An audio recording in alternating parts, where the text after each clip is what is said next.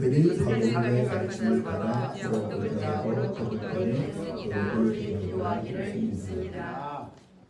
42절을 보면은 거기 네 개가 이제 나오는 거죠. 뭐예요? 사도들의 가르침, 그다음에 교제하고 떡대기를 하고 기도하고 요 네 개를 신학 세계를 열어가는데 또 이제부터 초대교회가 지금 전 세계 교회의 시점이 됐던 그런 초대교회에 가졌던 그런 기독교 윤리죠. 기독교 윤리죠. 어떻게 살 거냐. 네? 가장 최초의 모습이에요. 그러니까 이제 그런 거를 좀 머릿속에서 우리가 잘 감지하면서 오늘 말씀을 앞으로 나누도록 하겠습니다. 예, 129페이지입니다.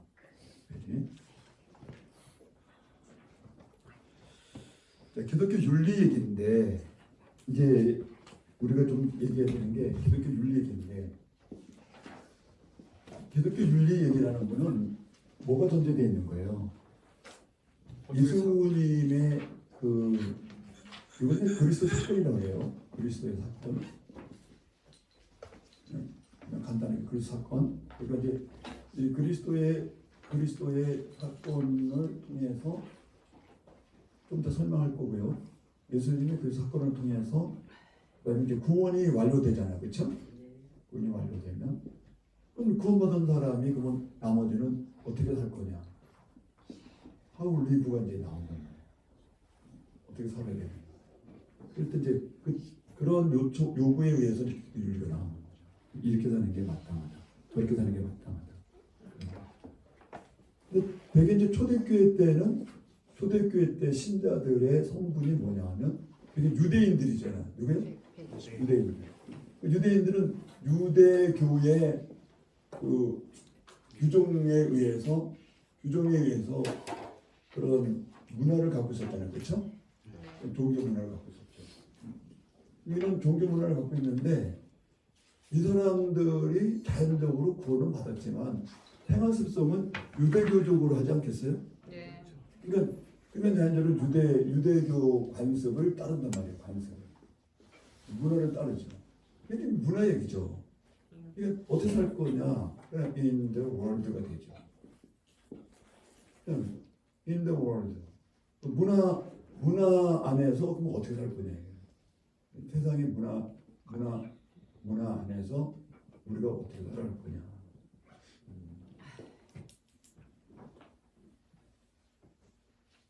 세상에서 컬처, 문화 속에서 어떻게 살 거냐? 이 문제가. 그래서 근데 이제 처음에 이제 유대교 규정을 갖고 있고 규정을 따랐고 몸에 익숙한 사람들이기 때문에 자연적으로 기독교 윤리도 생활 방법이나 문화 습관은 유대교적으로 간단 말이에요. 근데 그런 게 문제가 된 거죠. 그럼 유대인들하고의 차별이 없잖아요. 유대교가 또 될 수가 있고. 그러니까 그런 문제죠. 그래서 처음에 유대인들이 유대인 신자죠, 그렇죠? 네. 유대인 신자들이죠 처음에는. 이방인 신자가 거의 없죠. 네. 유대인 신자들은 유대교를 지키고 가야 된다. 생활은 이렇게 된 거죠. 그러니까 유대주의라고 해요, 그래요? 유대주의자들. 성경에는 유대주의라고 나와. 그건 이렇게 이해하시면 돼요.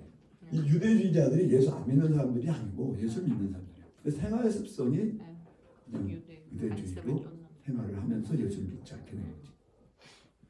유대주의에 상반된 건 율법주의죠, 그렇죠?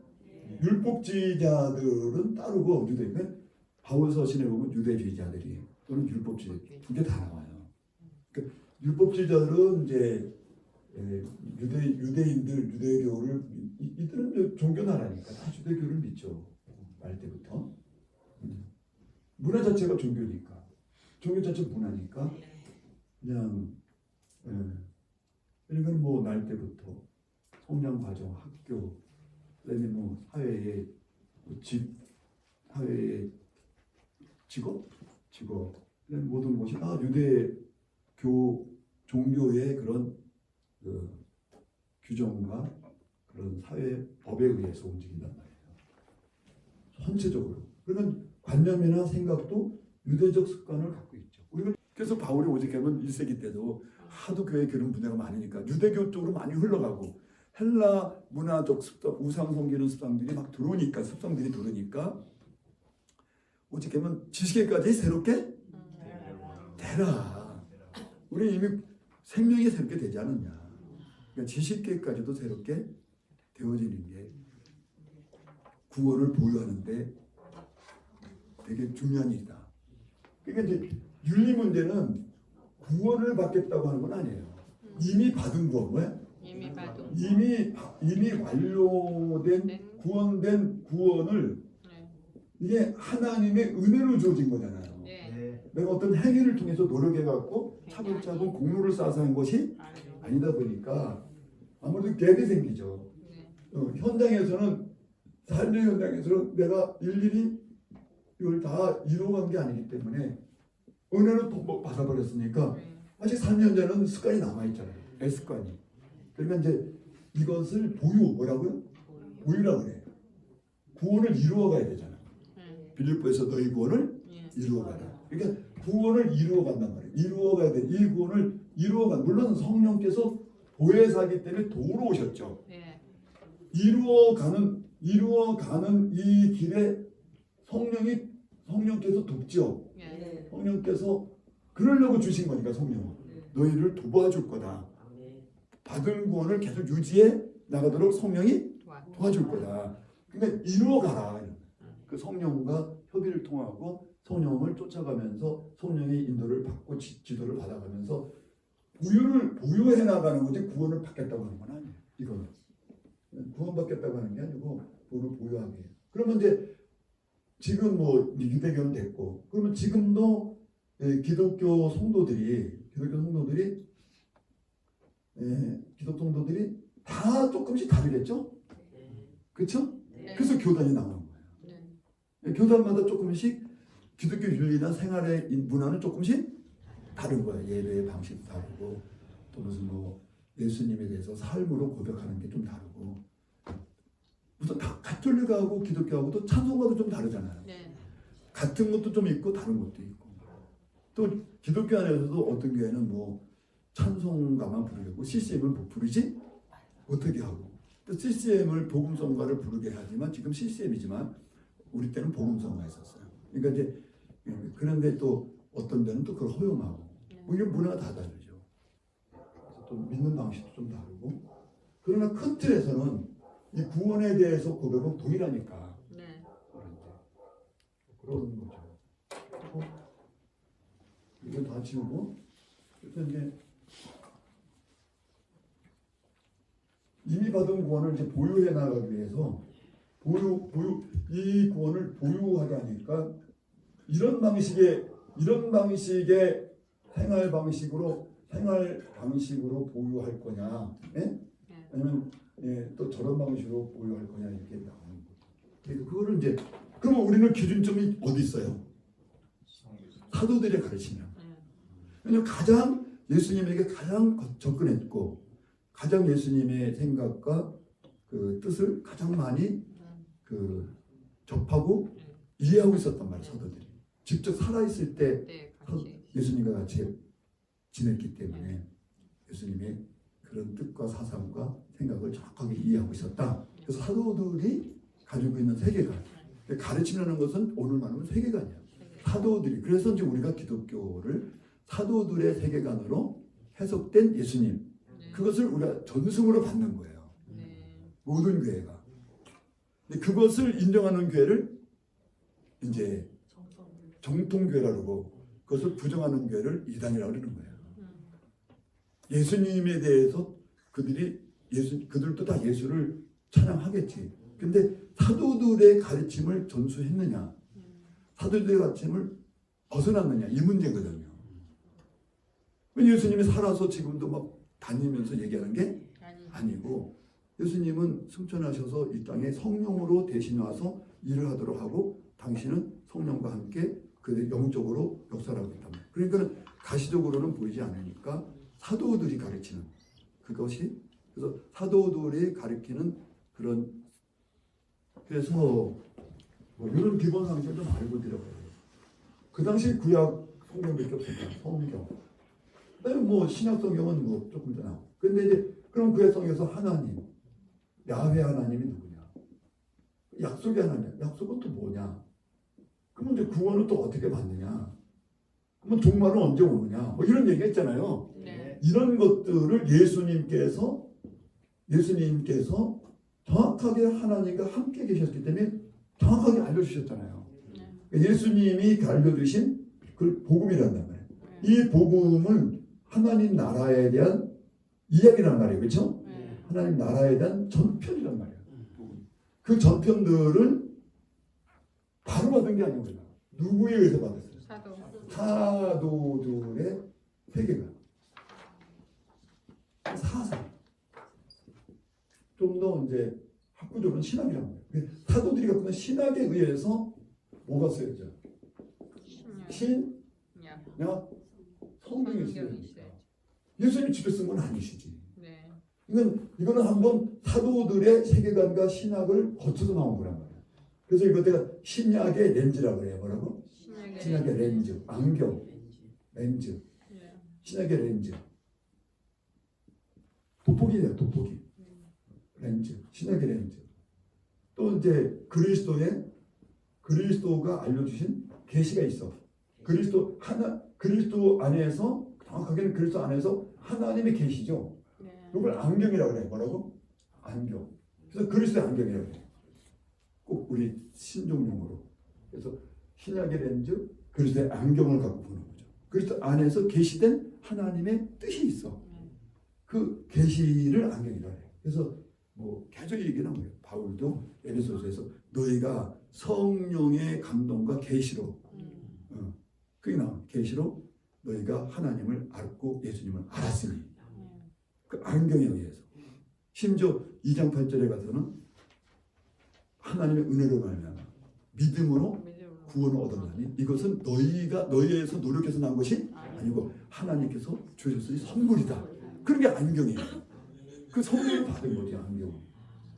그걸 통해서 신약 성경이 쓰여진 신약 성경은 이미 한 번, 두 번, 세 번을 거쳐온 거잖아요. 그렇죠? 하나님께서 고대의 선지자들이나 모세라든가 아브라함 이런 분들을 통해서 다 해놓은 계시를 예수님이 이것을 정확하게 다시 한번 얘기해주고 그것을 사도들의 세계관으로 다시 불렀단 말이에요. 근데 이거를 기독교에서는 동일하다고 보는 거예요. 뭐라고? 이거와 이것은 동일하다. 이거와 이것은 동일하도록 성령이 간섭하셨다. 그래서 성령의 간섭에 의해서 성령께서 여기에 늘 역사를 하셔서 성령의 감동으로 이것이 동일하다. 같은 거다.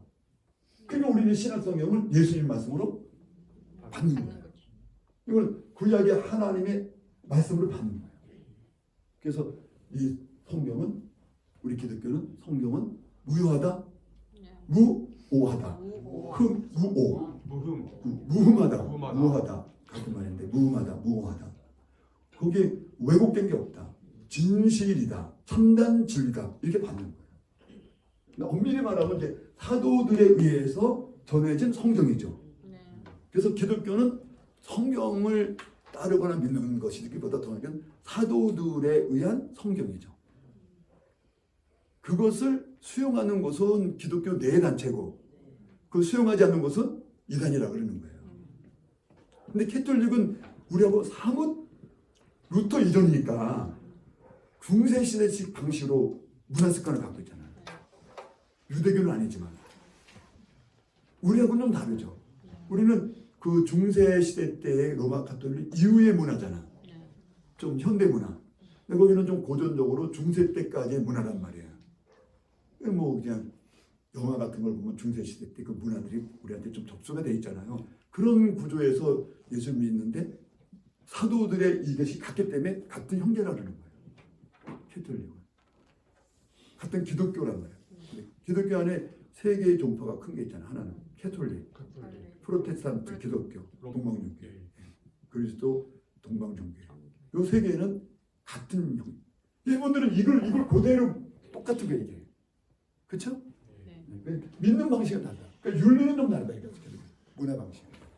이 정도의 이제 상식 갖고 이제 보시면 좀 더 이 글이 선명하게 잘 도움이 되실 것 같아요. 여러분이 해독하는데. 자, 그래서 이제 기독교 윤리는 이제 근본적으로 어디에 맡겨진다? 근본적으로는 성령에 맡겨진다. 자, 109페이지 한번 열어봅시다. 뒤로 앞으로 가. 109페이지. 109페이지. 지금 이제 우리가 기독교인들이잖아요. 그리고 신약 세계에 대해서 주제를 갖고 공부하는 거잖아요. 그러니까 신약 세계, 그건 뭐 또 교회의 기독교 세계죠. 신약 세계는 기독교 세계. 그러니까 우리 교회, 기독교 교회가 갖고 있는 아이덴티티 또는 신약 세계, 또 하나님의 신약의 백성으로서 또 우리들의 믿는 이 종교나 교회의 신앙이 무엇인지 정확히 우리가 알기 위해서 지금 신약 세계관 공부하는 거잖아요. 근데 기독교 윤리 문제로 들어왔을 때 109페이지 읽겠습니다. 자, 유대교는 율법을 근간으로 이스라엘에게 윤리적인 예를 들어서 이제 불교는 불교를 근간으로 이렇게 되겠죠. 네. 유교를 근간으로 뭐 하나님을 뭐 믿자 이렇게 되는 거겠죠. 근데 유대교의 신앙 윤리는 율법에 의해서 정해지지만 기독교의 신앙 윤리는 율법이 아니고 율법적인 성령이 들어가요. 그러니까는 이제 이 얘기가 되는 거예요. 7번을 잠깐 봐요. 그러니까 1세기 때 유대주의자들이 있었잖아요. 네. 유대주의자들은 유대인 신자란 말이에요. 유대인 신자. 네. 유대인 신자들은 그들이 갖고 있는 습성과 관습이 유대교적인 게 남아있잖아요. 네. 그러니까 이 사람들의 이게 자꾸 율법을 기독교 윤리를 구원은 받았지만 율법으로 가자. 율법이 갖고 있는 문화 습관으로 가자. 종교 습관으로. 그랬더니 바울은 성령으로 대체해버린 거예요. 아니다. 왜 우리가 구원을 받았는데 다시 애꼴로 돌아가냐. 그러지 말고 새 걸로 가자. 그러니까 새 걸로 가니까 바울도 좀 문학적으로 얘기하면 좀 황당하다. 근데 하나님께 기도하고 당신이 갖고 있는 깊은 사상으로 볼 땐 성령이 마땅하다는 거야. 그러니까 성령이 율법자리더라. 그래서 우리는 율법을 쫓아서 살지 않고 다 같이 성령을 쫓아 살아라는 거예요.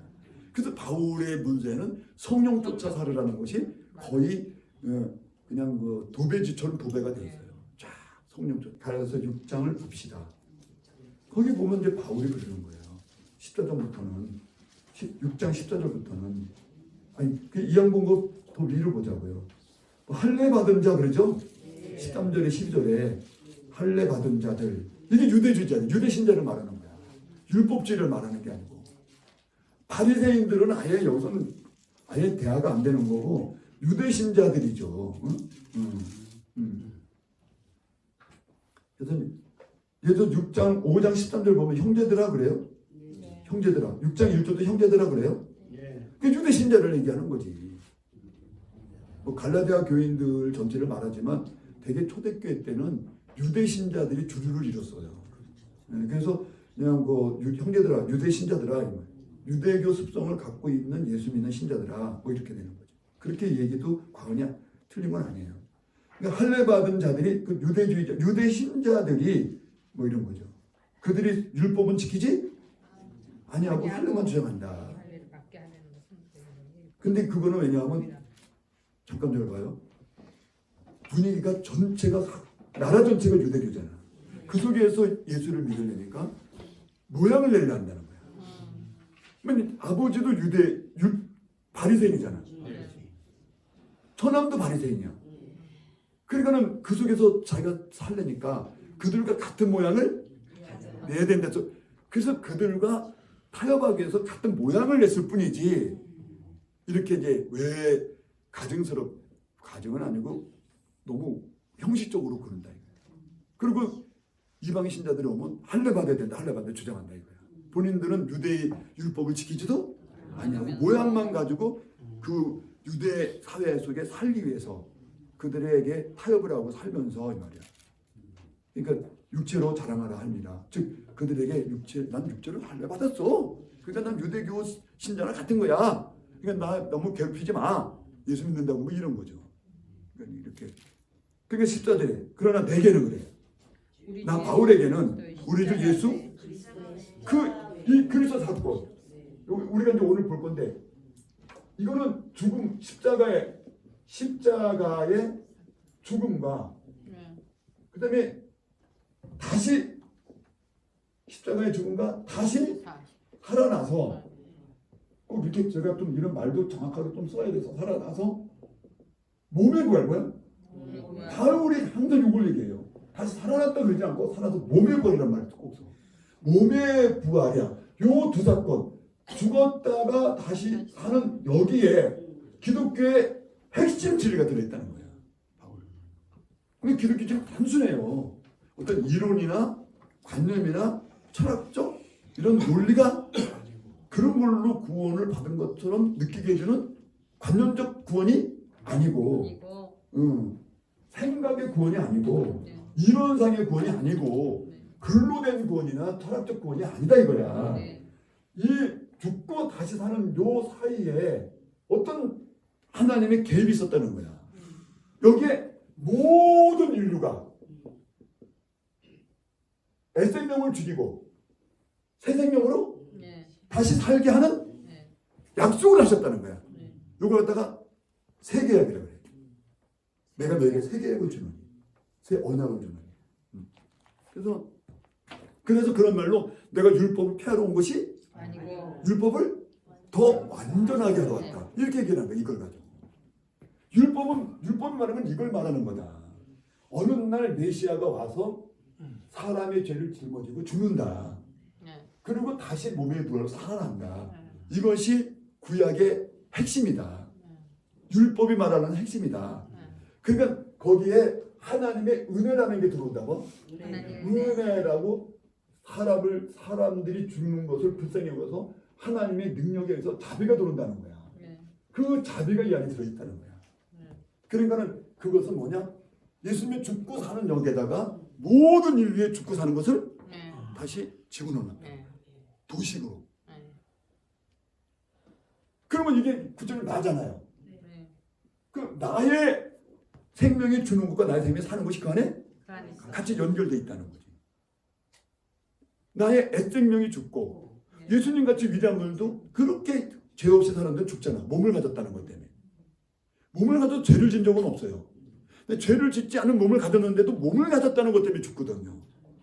그러면 우리는 몸만 가진 건 죄도 갖고 있으니까 당연히 죽죠. 그래서 하나님의 애생명을 하나님의 자비에 의해서 산에서 폐하시고 다시 새 생명으로.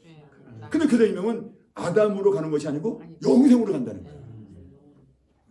원래 타락한 아담의 생명이 아니고 창조받은 아담의 생명도 지금 생명보다는 타락하기 전이니까 얼마나 완전했겠어요. 근데 그거보다 더 위에 있는 아예 그리스도로 간다는 거야. 그리스도 생명으로. 뭐 이 양에 망가진 거 하나님이 애고 고치는 게 아니라 새 걸로 달았다 이거지.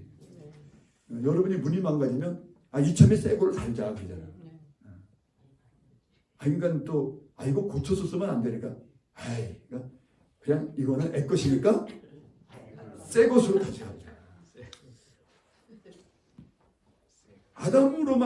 아담의 생명으로까지만 복귀 시켜놔도 되는데 이 양이면 그럴 거 아니다. 불편하게 아예 새로운 버전으로 예수의 영으로 다시 나게 하자. 이거는 그리스도는 천상에서 그냥 어떤 작용도 없이 영생하는 영이니까 아담으로 복귀하면 아담은 계속 하나님이 성령으로 관여를 해야 된단 말이야. 계속 연결해야 되고 관여해야 되고 또 자유의지를 또 계속 불안한 자유의지를 또 시험해야 되고 계속 이런 언약의 관계가 되는데 언약 관계를 그냥 완성시켜 버리자 이거야. 그래서 아예 그래서 영으로 나게 해서 새 생명을 나게 하자. 그게 이 안에 들어있는 거야. 그래서 그냥 쉬운 말로 예수의 죽음과 몸의 부활 안에 나의 죽음과 부활이 동일하게 연결되어 있고 내가 영생으로 사는 것이 그 안에 약속되어 있다 이거야. 그래서 새 언약. 이것 때문에 이게 기독교라는 종교는 이거 외에는 없어요. 이걸 복음이라 그래요.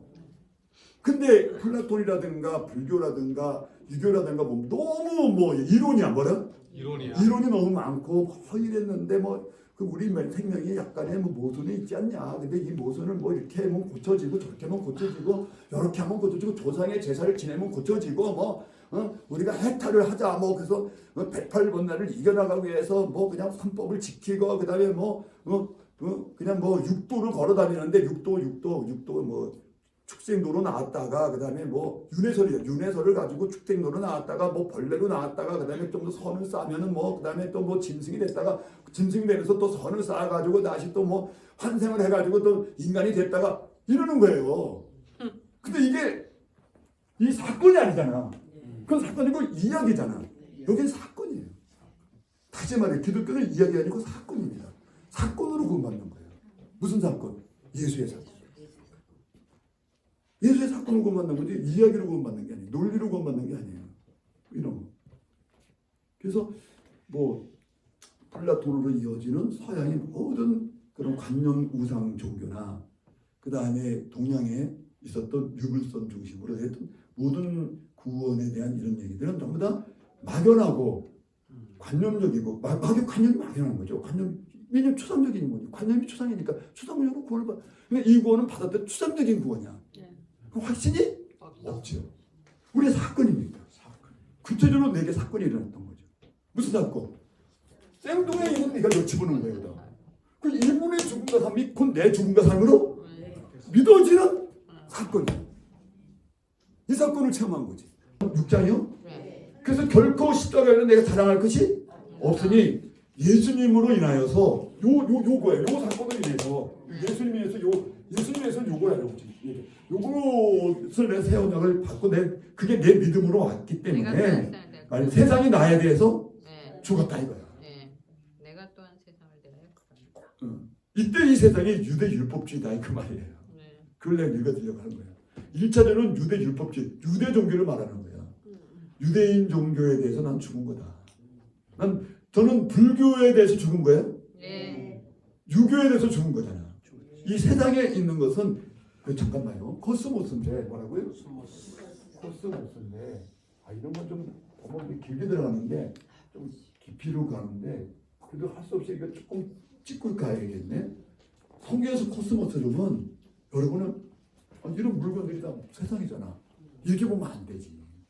성경에서 적어도 이건 철학서적이고 철학서적 이상의 종교서적이고 그 이상의 하나님의 계시 언어이기 때문에 코스모스는 사상이에요. 뭐라고? 사상. 다른 종교가 갖고 있는 그때는 종교가 다 철학이었으니까 종교 철학에서 말고 있는 세계관, 사상, 그다음에 종교 교리 이걸 말하는 거예요. 1차적으로. 그다음에 2차적으로는 헬라 문화가 갖고 있는 풍토, 그렇죠? 우상을 중심으로 해서 내려왔던 그런 풍토 그런 것들이 이제 나오는 거죠. 사무엘 때 아스다로스는 나와. 아스다로? 블레셋들이 아스다로스 섬겨서 우리 사무엘이 저들의 신상을 너희가 파괴하고 블레셋과 전쟁을 할 때 유대 이스라엘 백성인데 너희가 하나님 야훼 종교를 모세 율법을 살면서도 아스다 신상을 섬겼다. 그러니까 그걸 너희 집집마다 다 그걸 파괴 없애라. 그게 미스바의 뭐야? 미스바의 회개 사건이잖아. 유명한. 그러자 하나님 역사난 거잖아요. 그 우상을 다 제거하니까 하나님께서 블레셋을 혼란케 만들어갖고 전쟁돼서 그 대군이 다 대패하게 되고 이스라엘의 첫 번째 승리라는 거예요. 그게 삼손 이후의 첫 번째예요. 삼손은 70년 전 사건이거든요. 그러니까 사무엘이가 70년 전에 자기 조상이란 말이에요. 그때 블레셋에 먹혀서 식민지 통치를 받고 있었어요. 우리가 일제에 몇 년 받았어요? 36년. 얘는 70년 받았다고. 블레셋 통치를. 근데 실로 성전에서 누가 나온 거야? 사무엘이. 3살 때 한나의 기도로 나가고 3살 때 제사장으로 들어가고 3살 때부터 아예 종교 제사장으로 들어가서 그래서 12살 때 성품을 받아요. 나와요 거기 이제 사무엘에서 공부하면 12살 때 제사장 성품을 받아요. 그래서 12살 때부터 20년에서 32살 때 사무엘이가 드디어 갑자기 등장해요. 32살 때 사무엘상 7장에 들어와서 사무엘 1장, 2장, 3장에 그가 12살이 된 게 나오고 12년이 지난 다음에 제사장 소포를 받고 그 다음에 다시 거기서 20년 동안 제사장 일을 하고 훈련을 받고 엄청난 신앙이 성장하면서 그 다음에 이제 32살 때 그가 드디어 나타나서 미스바에 모여라! 모든 지방 장관들하고 지방에 있는 모든 이런 뭐 시민총도 바꾸셨지만 행정들, 요원들, 그 다음에 중요한 인물들 다 모이게 해갖고 미스바에서 신상을 제거하라. 블레셋의 정신적 주체를 끊어내고 우리가 모세로부터 내려왔던 아브라함 모세로부터 내던 우리 유대인의 야훼 종교의 정신적 주체를 다시 세워라. 백성들이 그의 말을 듣고 다 그렇게 하니 그리고 전쟁에 나가자 하니까 하나님의 은혜로 이긴 거야. 그래서 그때 들어온 게 뭐야? 이거 유명한 사건이 있네. 네.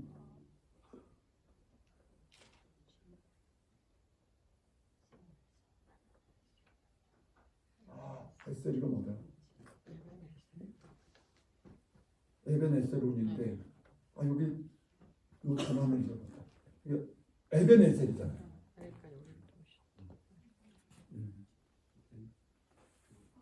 에벤에셀. 그래서 에벤이 돌이잖아. 에벤에셀의 기념비를 세우는 사건이야. 전쟁의 첫 승리. 몇십 년만 한 거예요. 70년. 독립이 된 거죠. 그래서 독립이 된 거죠. 첫 사무엘가 이스라엘을 70년 만에 독립시켰어요. 네. 그래서 국부가 되는 거예요. 그리고 그 사무엘의 정치적 제자가 누구예요? 정치적 제자가 누구예요? 다윗이죠. 네, 다윗. 다윗을 정신적으로 다 양육하잖아요. 자기의 신앙 사상. 그 통일왕국의 대왕을 만드는 거잖아요. 사무엘이. 그런 인물이죠. 뭐 이따가 또 보게 되면 또 공부할 수가 있고. 왜냐면 이게 왜 이 얘기를 해야 되냐면 우리가 예수님이 나를 기념하라 그랬으니까. 구약의 대표적인 기념 사건 중에 하나예요. 구원에 대한 기념. 신약에 있는 예수님의 구원의 사건을 성찬 예시로 기념하다고 동일한 거예요.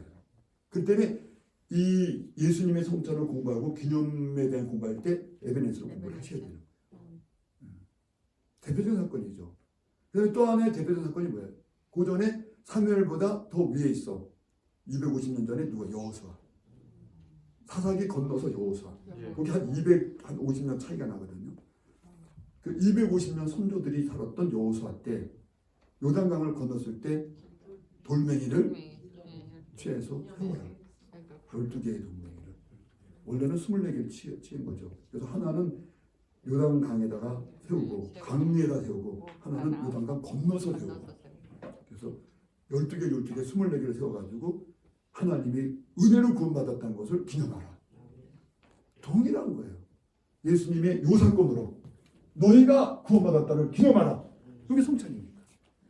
동일하게 에베네셀이죠. 동일하게 길갈의 기념비죠. 첫 번째 요단강을 건너가지고 가나안 땅에 첫 번째 발을 디딘 게 길갈이니까. 길갈 바로 옆에 실로가 있어. 그래서 실로의 성전을 세우게 되죠. 그 돌멩이를 중심으로 해서 세우는 거예요. 그래서 이 역사적 사건의 개념들이 굉장히 중요한 사건이죠. 그래서 기본적으로 길갈의 기념비 12개, 그다음에 요단강에다가 심어놓은 12개 돌, 24개의 돌과 그 다음에 사무엘 때 나라가 70년 식민지 정책을 받다가 처음으로 독립했던 처음 독립 기념비예요. 에베네셀이. 이 두 사건이 굉장히 중요한 사건이에요. 이스라엘에게. 그것이 오늘날 그런 근거들이 예수님의 이 구원 사건에 살짝 들어와 있단 말이에요. 그러니까 구약의 기념비에 대해서 공부를 해야 되죠. 도대체 뭔지. 뭐 이렇게까지 가면 굉장히 깊이 들어가는 거예요. 근데 뭐 굉장히 이제 사고가 넓어지는 거죠, 우리요. 자, 갈라디아서 6장. 그래서 내가 대하여 이런 세상 코스모스에 대해서 죽었다는 게 코스모스는 그 당시 바울은 두 가지야. 하나는 유대 종교, 유대 율법 종교식의 철학, 유대 철학. 두 번째는 헬라 철학, 헬라 철학과 종교. 이거에 대해서 죽었다는 거냐. 나하고 관계가 없다. 관련이 없다. 죽었다. 그게 나한테 처벌 못 받겠다. 내가 또 세상에 그럽니다. 15절에 할례나 무할례나 할례 종교. 저 할례 종교는 유대인 종교야. 그러니까 유대 그 당시에 전 세계의 사상이 두 가지였으니까 하나는 유대 율법주의 사상 철학. 그다음 또 하나는 헬라 철학. 이 두 개가 세상이야. 코스모스.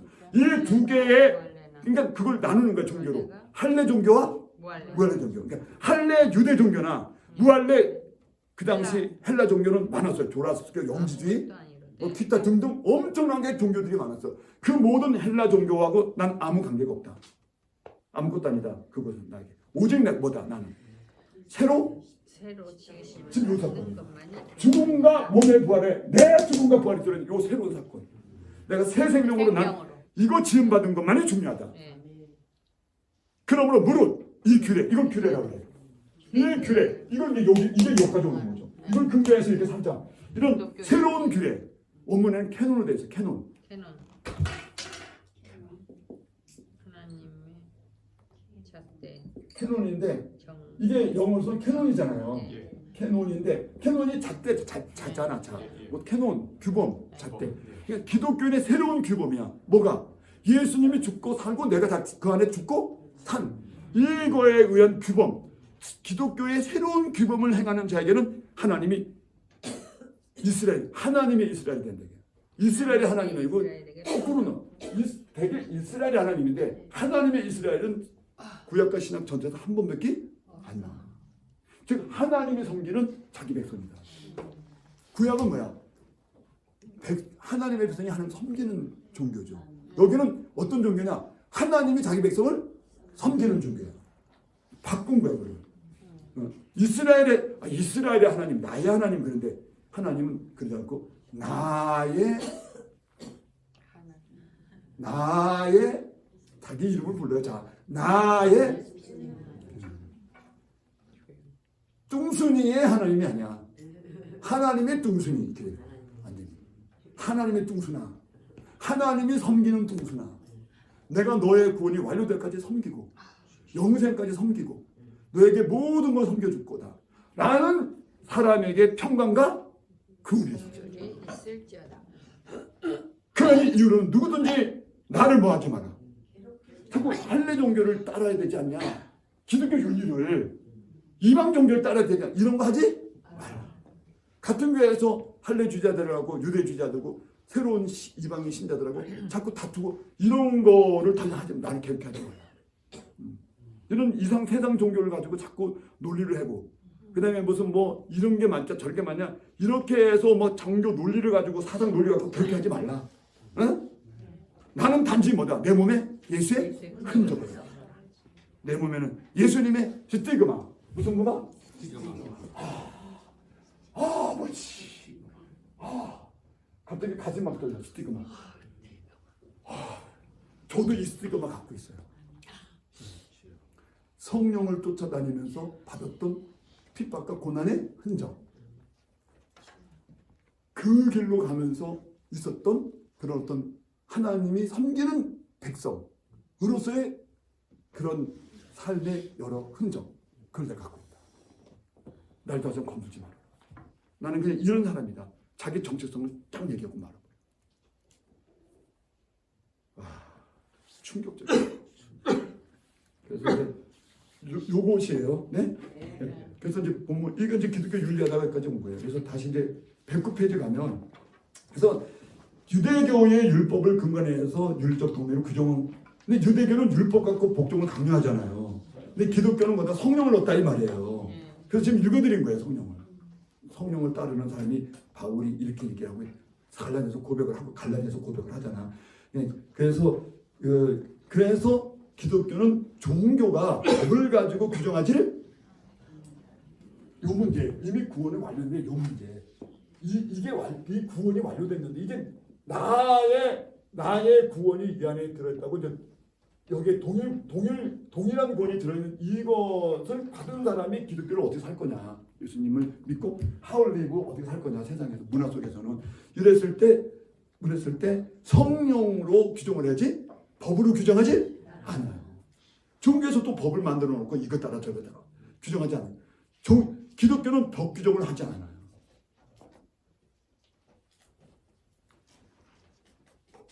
그래서 이제 그렇게 돼서 여러분 이제 바울 서신을 보면 다 권면은 하지.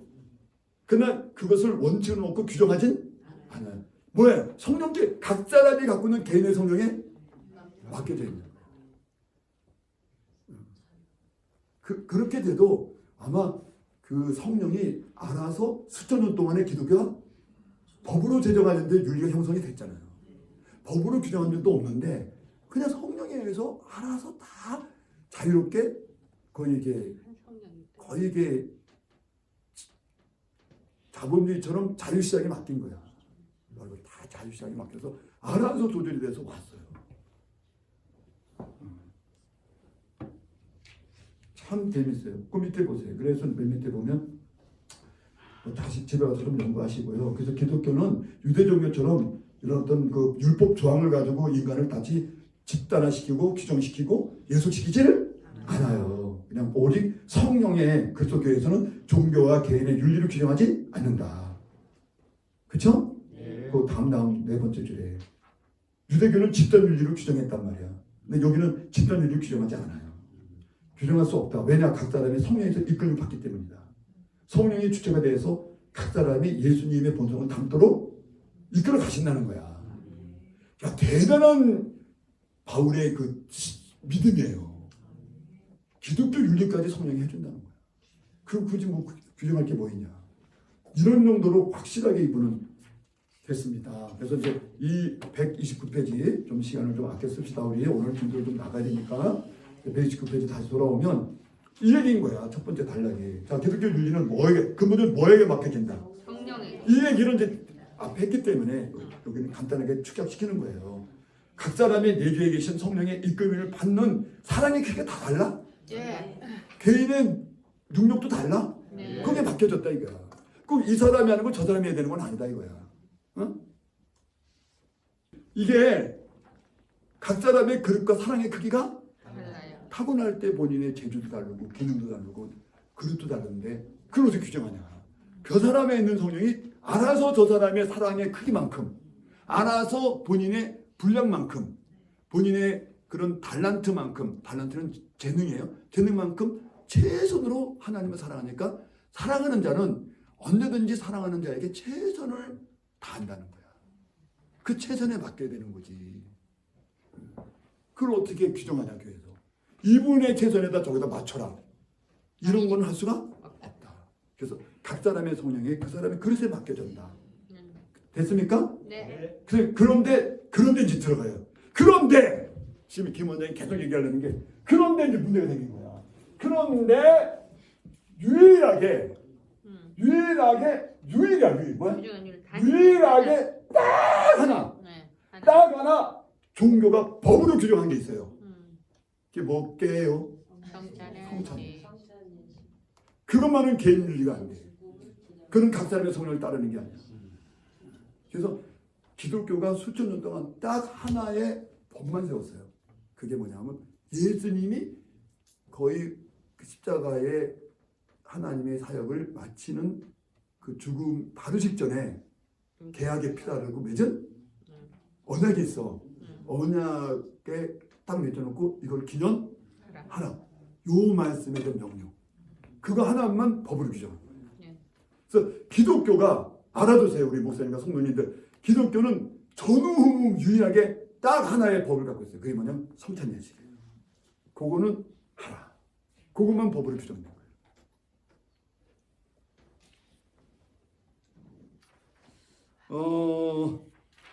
이 법으로 규정했는데 131페이지 띄엄띄엄 봅니다.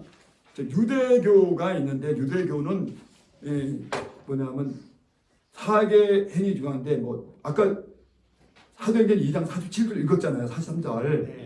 네 개 행위가 있었잖아요. 그 네 개 행위 가운데 성찬 예식 이것이 유일하게 기독교에서 제정한 윤리다 이거야. 131페이지 아래쪽에 아래쪽 단락을 읽는 거야. 읽어봅시다. 예수 죽음을 기념하는 성찬 예식. 대시가 돼 연결합을 하는 영적 세례, 영적 세례. 성령 세례, 이것이 기독교 윤리인데 이걸 외형적으로 지키라는 거예요. 이거를 성령 세례를.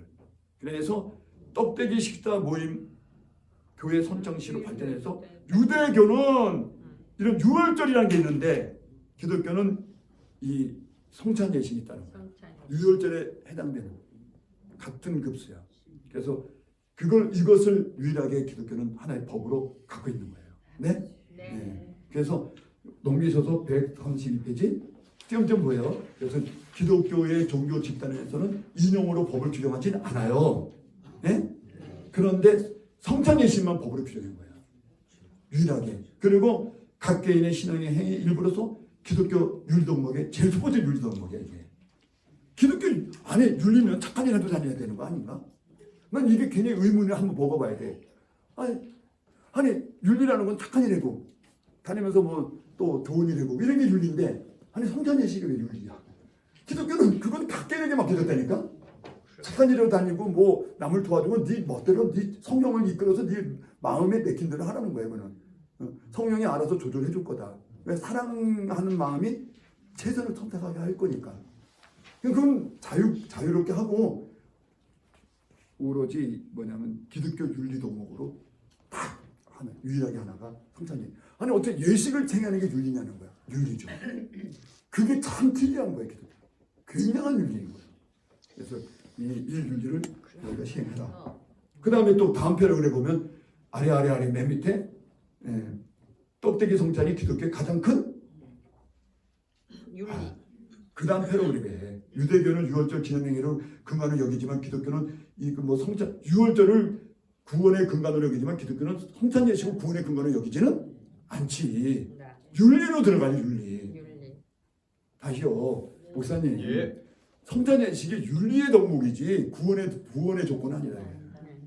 근데 유대인들은 유월절이 구원의 조건이란 말이야.